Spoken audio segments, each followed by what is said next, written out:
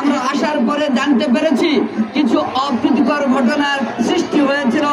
আমরা মনে করি, বিশ্বাস করি, যারা রাজনীতিকে রাজনীতি দিয়ে মোকাবেলা করতে ভয় পায়, যারা কাপুরুষ, তারা অন্যায় অপকর্ম করে এইখান থেকে চোরের মতো পালিয়ে গিয়েছে। আপনারা এই এলাকার মানুষ তার সাক্ষী রয়েছেন। ভাইয়ের আমার, আমি শুধু আপনাদেরকে এইটুকু পরামর্শ দিতে চাই, কুকুরের কাজ কুকুর করেছে, কামড় দিয়েছে পায়, তাই বলে কি কুকুরে কামড়ানো মানুষের শোভা পায়? আমরা জানি না, শিখি নাই। সুতরাং আপনারা ধৈর্যের পরিচয় দিয়েছেন, ভালো মানুষ হিসেবে আপনাদের পরিচয় দিয়েছেন। ভবিষ্যতে এই ধারাবাহিকতা অব্যাহত রাখবেন।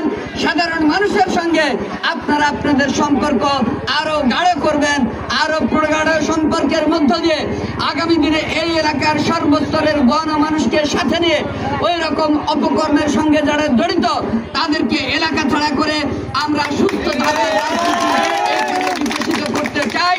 আগামী দিনে দেশনায়ক তারেক রহমানের পক্ষ থেকে ধানের শীষের মনোনয়ন দিয়ে যাকে এই মান্দায় পাঠানো হবে, তার জন্য আমরা ঐক্যবদ্ধ থেকে কাজ করে আগামী দিনে ধানের শীষের এমপি নির্বাচিত করে এই এলাকার উন্নয়নের জন্য আমরা সবাই একযোগে কাজ করব। এইগুলো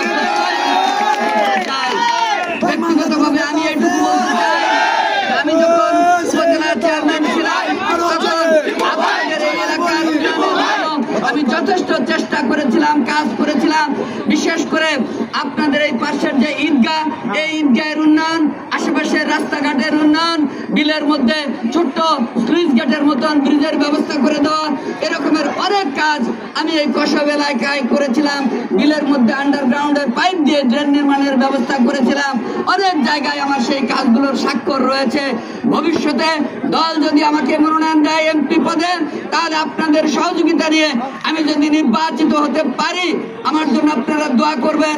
নির্বাচিত হলে আপনাদেরকে সাথে নিয়ে আপনাদের পরামর্শে এই এলাকার উন্নয়নের জন্য যা যা কাজ করার দরকার ইনশাল্লাহ সেগুলো আশ্বাস দিয়ে আজকের এই খেলা ভবিষ্যতে যাতে আরো বড় পরিসরে আরো শৃঙ্খলার সঙ্গে আলোচনা করে আমরা আয়োজন করতে পারি তার প্রত্যয় ব্যক্ত করে, আশাবাদ ব্যক্ত করে আমি অংশগ্রহণকারী সকল দলকে এটুকু অভিবাদন জানাতে চাই যে জয় পরাজয় বড় কথা নয়, খেলাধুলায় অংশগ্রহণ করাই বড় কথা।